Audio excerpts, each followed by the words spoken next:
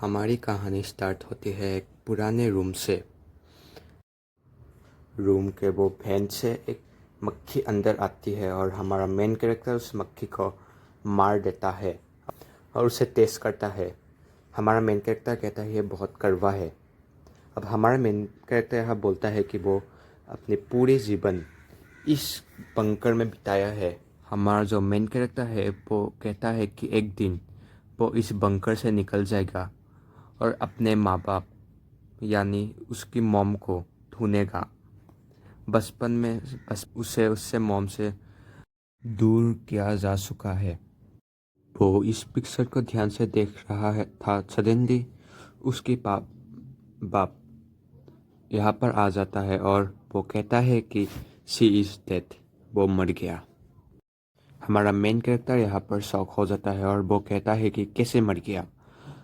उसका बाप कहता है कि जब वो उसको जन्म दिया उसने थोड़ी देर बाद में एक ब्रिज में जंप करके वो सुसाइड किया। हमारे मेन कैरेक्टर ये सुनते सुनते उसके बाप के जेब में जो चाबी है उसे ध्यान से देख रहा था। हमारा मेन कैरेक्टर कहता है कि इस चाबी सही टाइम आने पर ये चाबी उसकी काम आ सकती है और वो चाबी से इस बंकर को खोल के भाग जाएगा। हमारे एमसी के बाप अब कहता है कि तुम्हें जानना है कि क्यों तुम्हारी मॉम उस ब्रिज से जंप किया। वो थक गया इस वर्ल्ड से बिकॉज अब एपोक्लिप्स आने वाला है। वही कारण है उसकी बाप उसको इस बंकर से बाहर निकलने नहीं देगा। यही उसका प्यार है। अब सीन शिफ्ट होता है एक क्लास से। हमारा मेन कैरेक्टर कहता है कि रोज इसी समय वो क्लास करता है। उसके डैड कुछ कुछ सिखाते हैं। वो हमेशा एक सेम लेक्चर देता है ट्रेनिंग में कि लोगों को विश्वास मत करना। खाली समय में उसका बाप उसे लाइब्रेरी में बुक पढ़ने को देता है। उसका फेवरेट बुक है आउटसाइड द वर्ल्ड। वो महसूस करता है कि वो सनलाइट कैसा होगा। उसे बाहर जाने का बहुत मन है। उसके ट्रेनिंग रूम से वो ट्रेनिंग कर रहा है एपोक्लिप्स के लिए।